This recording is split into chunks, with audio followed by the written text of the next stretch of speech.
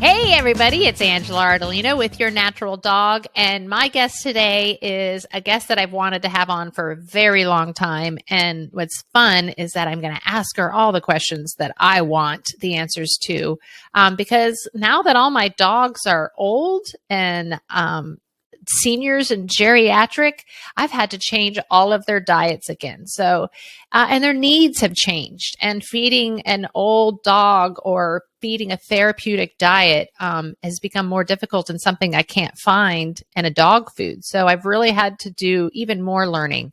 Her name is Ronny LeJeune. She's from Perfectly Rawsome, and she's a canine nutrition. She's certified in canine nutrition and a wealth of information, and so helpful. You're going to love this episode. Stay tuned. Introducing Myco Dog, a line of mushroom extracts combined with adaptogens like ashwagandha, astragalus root, and Bacopa monnieri, made specifically for dogs.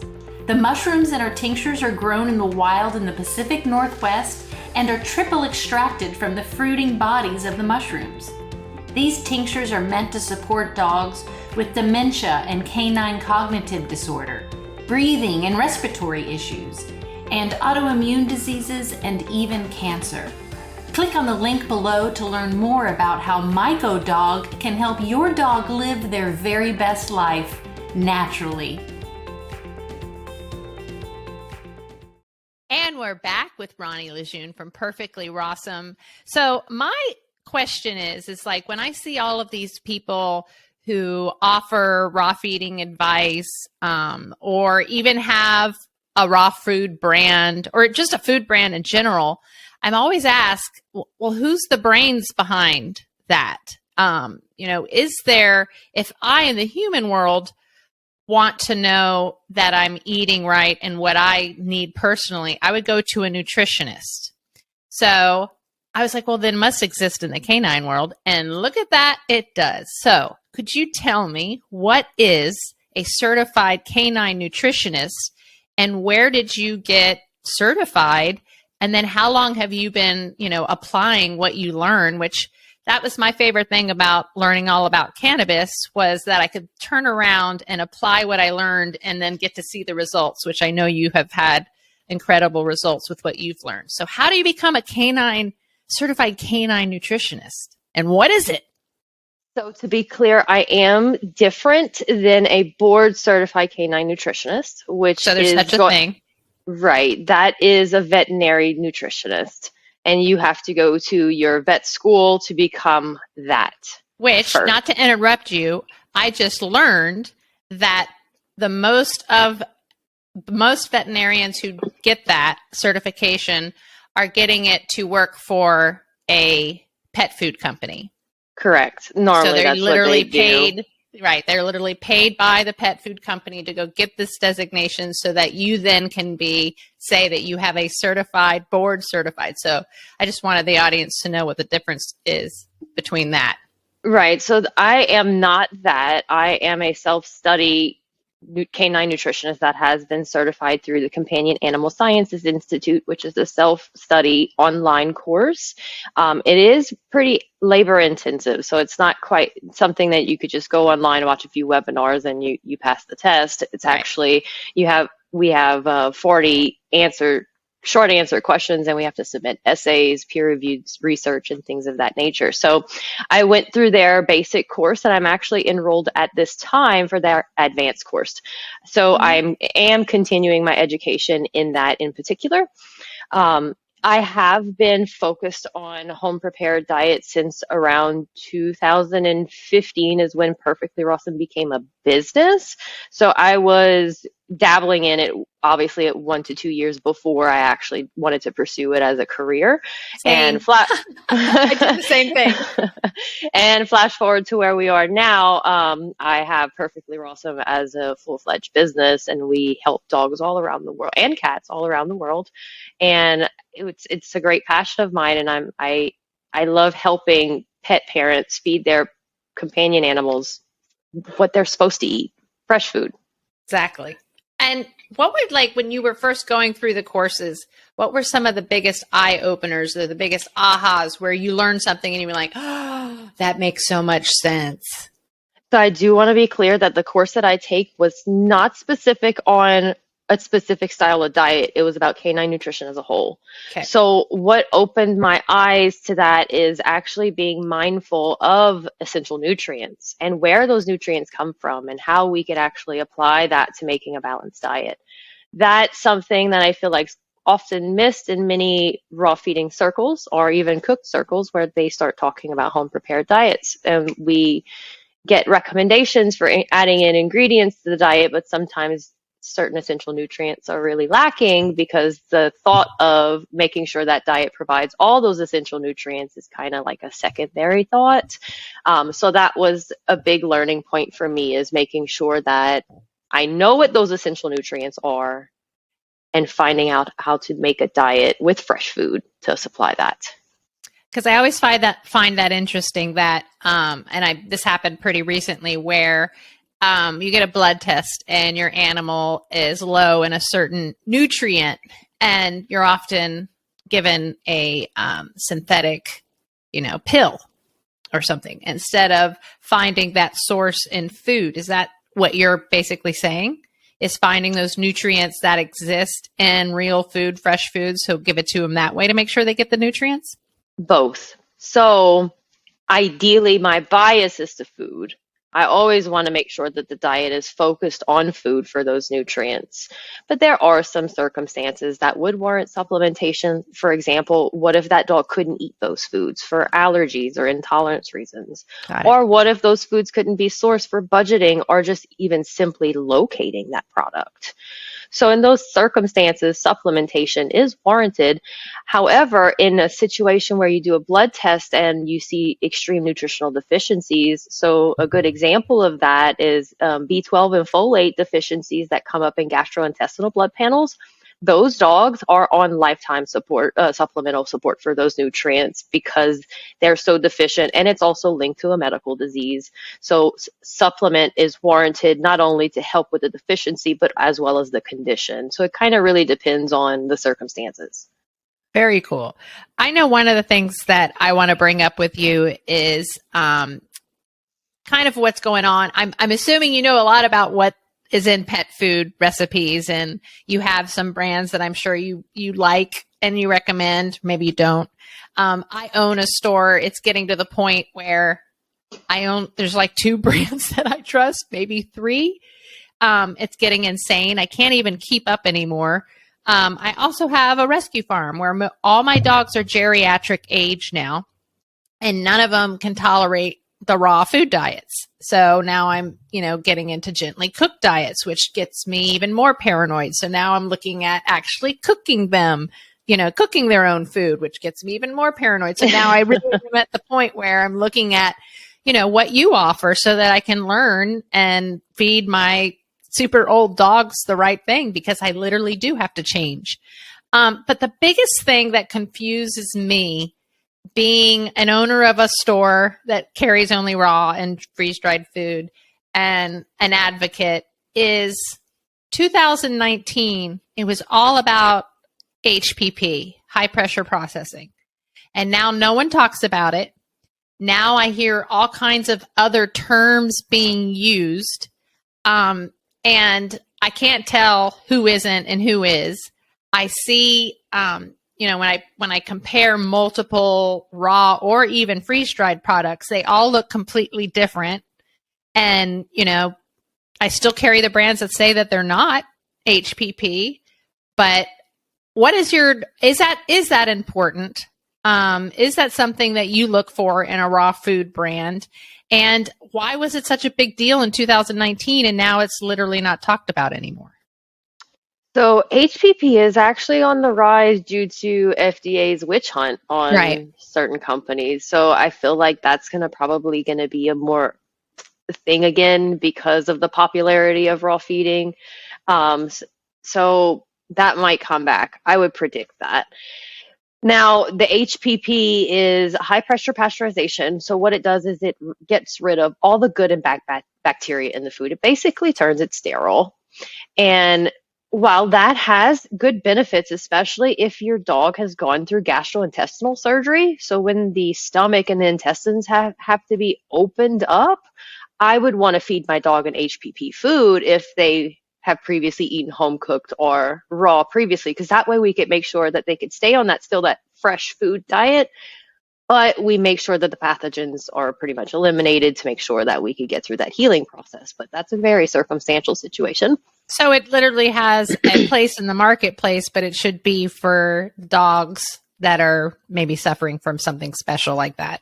That's my personal preference, because I do feel like we should be eating live food with live enzymes, live bacteria, and so bacteria is often seen as the big boogeyman, but there's good bacteria. We need bacteria. A life wouldn't exist without bacteria. So that's why I like feeding live food. So HPP, I would use it if my dog was incredibly ill and we had to work through some gastrointestinal issues, or if there was some type of surgery that warranted that. That makes incredible sense to use it in that situation.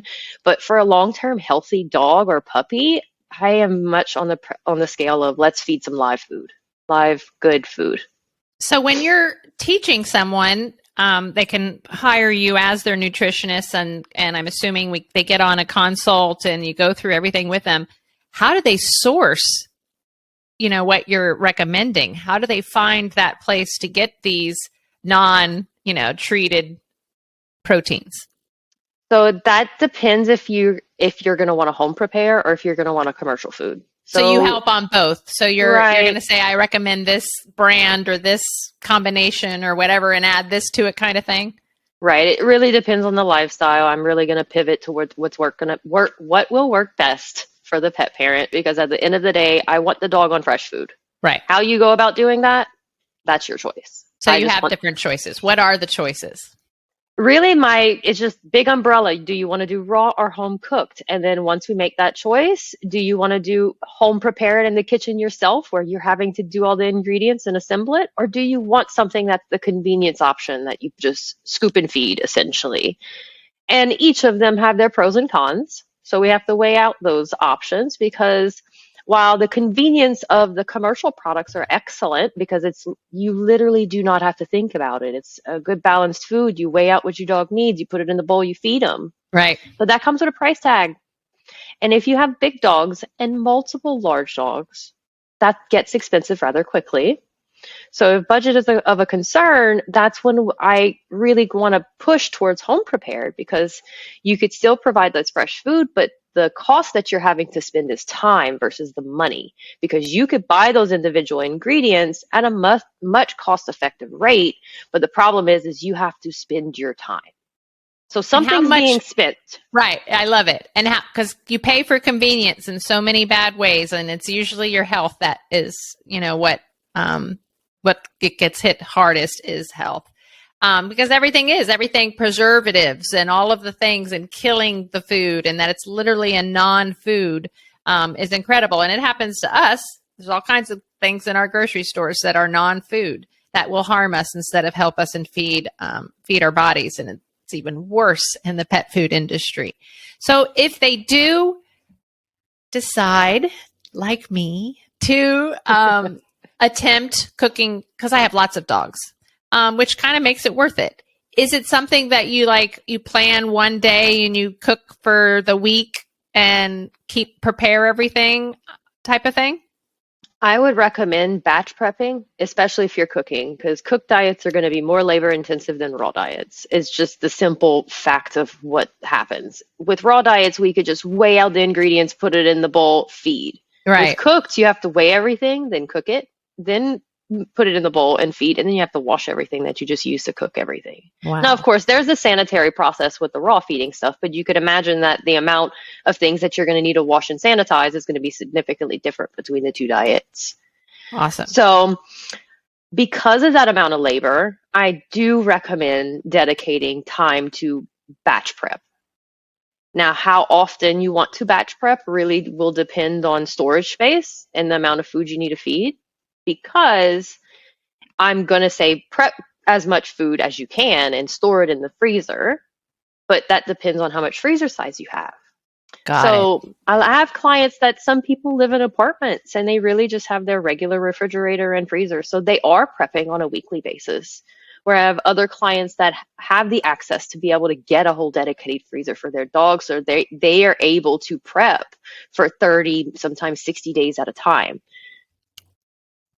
We're going to take a short break. And when we come back, we'll talk more about taking on feeding and cooking for your dogs.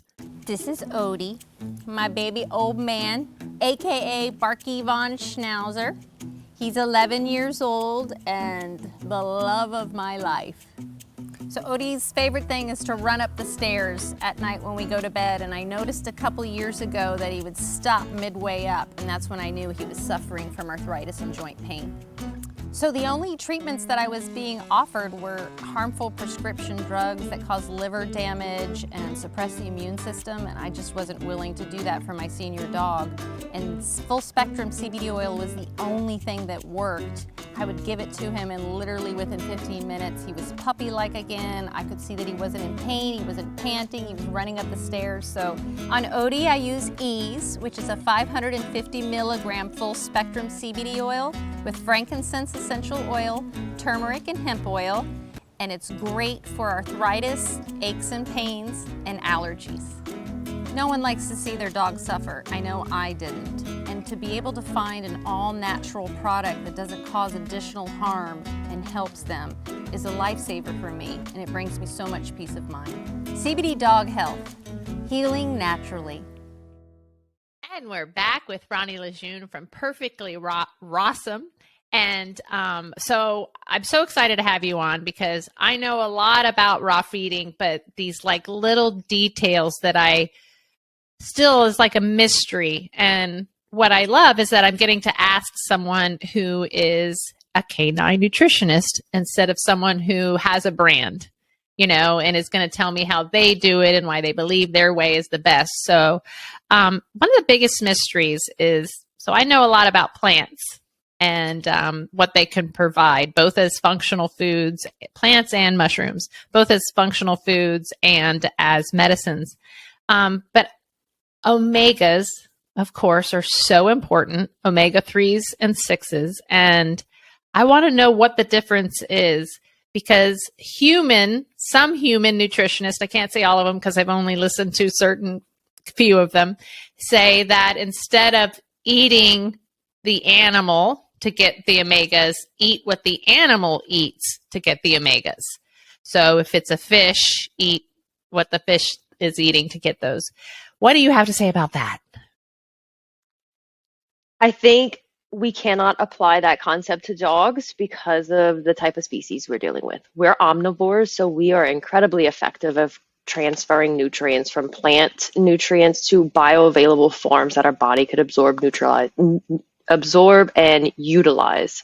Whereas dogs, because they are carnivores, and you will get varying opinions on that, but I am of the camp they are a carnivore, they need nutrients that come from animal sources to have the most bioavailability and to be able to use it effectively. However, there is one exception to the omega-3 rule for dogs with studied benefits that we can use as a non-animal source. So for dogs and cats in particular, if you want omega-3s, the general rule of concept is to feed fatty fish or fish oils, krill oil, shellfish, things, those marine-based foods.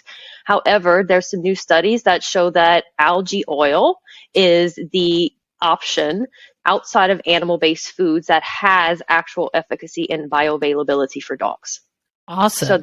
So that it can be used in place of the animal-based sources. If, let's say, you have a dog that cannot have anything from the sea, which is not uncommon, there are some animal-based foods that are more concentrated in those fatty acids outside of grass-fed meats. So like if you get grass-fed beef, the fatty acids are going to be really balanced. You wouldn't really need to worry about adding an additional omega-3s, but that concept is different when we feed commercially farmed meats because the meats are higher in omega-6 versus the omega-3. So we need to add it back in some way.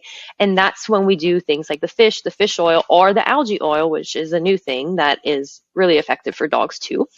But there's some dogs and cats that can't have the marine sources. And if you want to do animal sources outside of the algae oil, and if you can get resources to them, pasture eggs are always going to be an omega-3 source. Awesome. So you have chicken, turkey, duck, goose, all of the birds that lay, if they're pasture raised and they have a good, healthy life, they're going to be a great source of omega-3 fatty acids. I feed mine hemp seeds. So I'll touch on that. I'll touch on that one after this. So the second one is brains. So that one's a little tricky because there are some FDA laws in place that make it illegal to sell like cow brains because of mad cow disease. So the types of brains, if on sale for human consumption, will be pork or lamb, and they're typically seasonal and within very niche markets. So that could be problematic if you're trying to source it. So if you can't get those options, algae oil is a great omega-3 source. Now, you mentioned hemp. So there is some misconception about the ALA that hemp provides for dogs. Well, it does provide ALA, which is an essential nutrient according to NRC and FEDAF. But the conversion rate from ALA to EPA and DHA in dogs is lower than 5%. So we can't really rely on it for EPA and DHA. Now you could give it, and there's and probably are you talking about hemp seeds or hemp in general? Like which just one hemp are you in general. Okay. Like so hemp oil. It goes the same for the hemp seed as it does for the hemp plant. Right. Okay. So it's just how the body takes that ALA and converts it to that EPA and DHA. That conversion is pretty ineffective.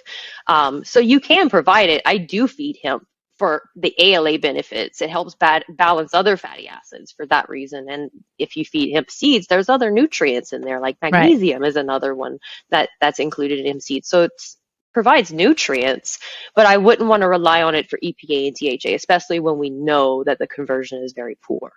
So algae oil would be my option if we have to do an alternative source outside of animal-based sources. And if someone is choosing or starts to look for an algae oil like I will be doing, what do you look for to know that you're getting, a pure product? How do you get a non-contaminated product? And I guess we want a product that's grown somewhere and not taking from the fish in the ocean.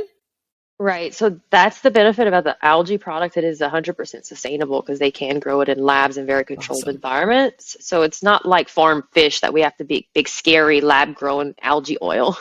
Oh, good. It is one of those things that is going to be, it's a very sustainable option because of the conditions that it can be controlled and grown in. So when you're looking for a product, my recommendation is, can they purity test their product and provide that analysis? Do they provide the guaranteed analysis of the nutrients within that product? So can they tell me how much EPA, how much DHA, and how much ALA, because it does provide ALA too, within that product? Because then I could use it to appropriately dose it for my dog. Awesome. And then the last thing I would want to know is it from a good sustainability or GMP certified facility? And one good brand that I do like is the Grizzly Pet Products. They came out with an algae oil. I just learned of it 2 weeks ago. Awesome. Because I was looking at Nordic Naturals because I'm a big fan of their fish oil because they have an algae oil, but apparently they have alcohol sugars in their algae oil for humans. So that is one thing I do want to mention when looking for algae oil. Read the labels because apparently these alcohol sugars are in those products, especially if it's human grade product, and that could be very detrimental, especially if it's something like xylitol. Got it. So how do you know whether it's xylitol or not? It should be called xylitol? It would be listed as xylitol, or birch sugar is another name for it that's recently being rebranded, but it would have to say xylitol on the label. They legally have to put that. Okay, got it. Thank you for that tip. All the tips. That's amazing. What do you find that pet parents are asking you the most and coming to you? I would assume what happens to me at my pet shop is the dogs they become senior citizens, and I can immediately tell that they need to switch their diet. And the first thing they always say to me is, but I've been feeding them this diet their whole life. Why all of a sudden? So is that the same thing you hear? I'm assuming they're coming to you because, well, probably like your story. You couldn't find anything that would help or heal your dog, which is almost how I feel right now with my 16-year-old dog. Who's making a diet for a miniature little toy breed dog that is for geriatrics? You know what I'm saying? Nobody is, so I got to figure it out. Right. So I'm sorry. Can you repeat the question? Yeah, the My question brain was, went a little spaced out on that. is what you're hearing, like, why are pet parents coming to you? What is the number one problem that they're coming to you that you're able to help solve with them? So I'm normally dealing with very sick dogs recently. Same. That's what happens to us. We're the last resort. Incredibly upsetting. It is. And it's a range of things. The most common stuff I'm dealing with is gastrointestinal disease, liver disease, renal disease.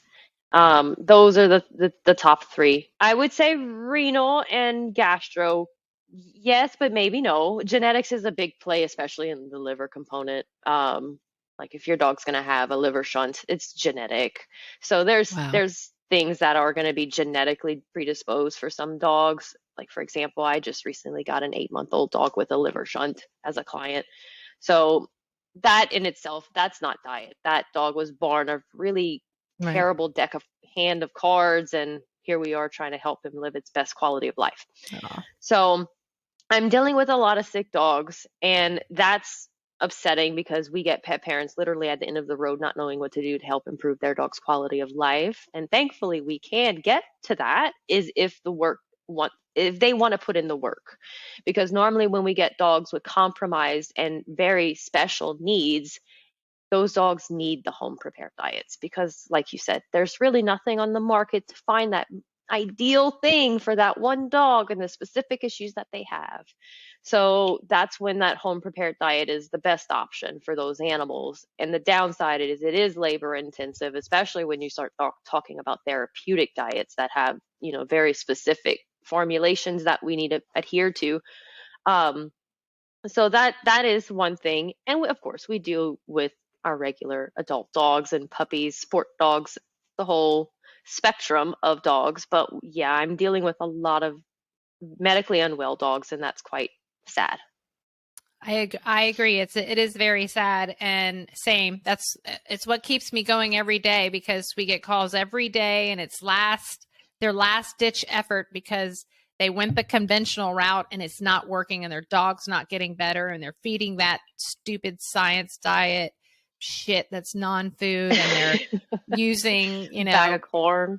Right. Prescription meds that are just making things worse and piling them on top of each other. So yeah. And it's amazing though. I don't want people to get discouraged because we have had dogs at death's door, and changing diet and detoxing them, and you can bring them back. I've done it so many times. It's one of the things I do in my rescue. I take the old sick dogs that the people have given up on, and bring them back to life, and it can be done. So better late than never. And there's going to be, I think, an even bigger shift in movement in the next 5 to 10 years because we're going to lose our first dog doing the wrong thing, but it's not going to happen on the second dog. Ronny, thank you so much for doing what you're doing. I really appreciate you sharing your information. Please tell everybody how to find you, because I know we're going to have a lot of pet parents who are interested in getting some nutrition coaching from you. So you could go to the website at perfectlyrawsome.com. There is over 100 free nutrition articles that you could use to help do a home prepared diet for your dog yourself. We also have a Facebook group called the Raw Feeding University, and that is a complimentary free community that you could use to help build on your free resources. Outside of that, we're on social media like Instagram and Facebook, so you could look out for me there. Awesome. Thank you so much for coming on today. Not a problem. Thank you for having me. You bet.